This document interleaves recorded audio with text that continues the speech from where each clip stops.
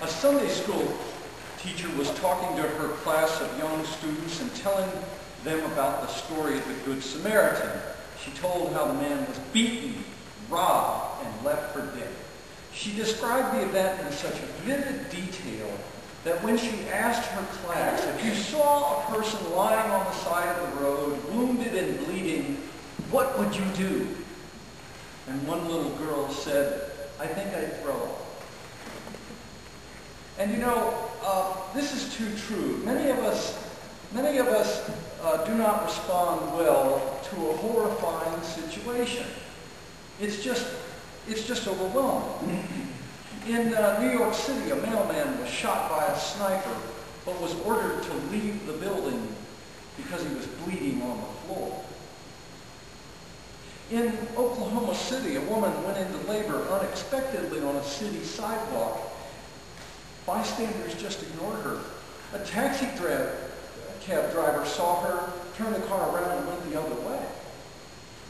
The hotel just down the street would not even provide a blanket or a towel.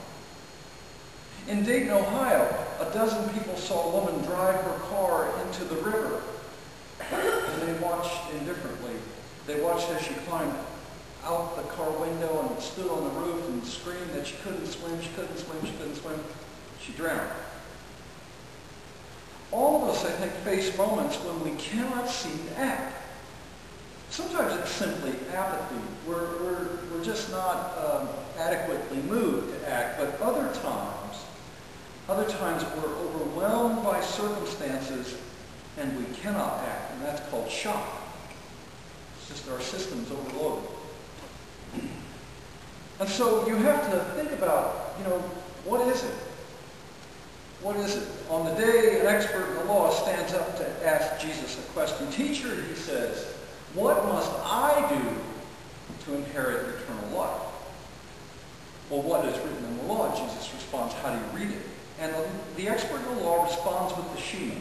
This is a formulaic response that the Jews had put together. Love the Lord your God with all your heart, with all your soul, with all your strength, and with all your mind, and love your neighbor as yourself. You have answered correctly, Jesus replied. Do this, and you will live.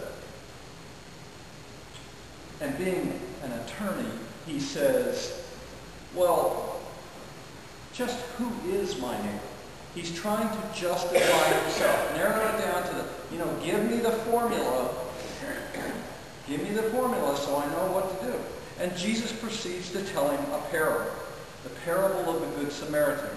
A man was going down from Jerusalem to Jericho, and it's literally, you're going from Jerusalem at 2,500 feet to Jericho, the lowest city on earth, which is about 700 or 800 feet below sea level.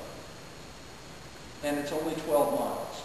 So it's a very, very steep road. And so robbers love to hang out along the road because it was such an easy place to rob someone. He fell into the hands of robbers. They stripped him of his clothes, beat him, and went away, leaving him half dead. A priest happened to be going down the same road, and when he saw the man, passed by on the other side.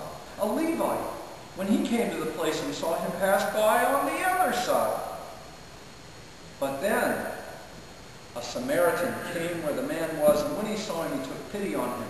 He went to him and bandaged his wounds, pouring on wine and oil. Then he put the man on his own donkey, took him to an inn, and took care of him. The next day he took out 2 silver coins, gave them to the innkeeper, and said, look after him, and when I return, I will reimburse you for any extra expense you may have had. Which of these, asked Jesus, do you think was a neighbor to the man who fell into the hands of the robbers? And the expert in the law responded, correctly, the man who had mercy on him. Go and do likewise. Very similar response to his first answer. Now this is a very powerful story because Jesus has given the expert in the law a parable that's really in your face. It's a parable that the Jewish law was useless in. The priest passed by on the other side, not because he's in shock, but because he knows the law very well, and he knows if he touches a man who's dead, he becomes unclean and defiled, and he cannot go into the temple.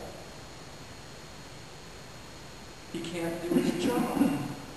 So he passes by on the other side. The law gave no room for compassion. The Levite has the same problem, and he passes by on the other side. The Levite was acting like a professional religious person. He knew the law. He knew what the law required. He knew the scriptures. The problem is, we have to love more than God, don't we? It's love God and love your neighbor. And the expert in the law knew this intellectually. But now Jesus is showing him how to love in the world, how love actually works outside of academia.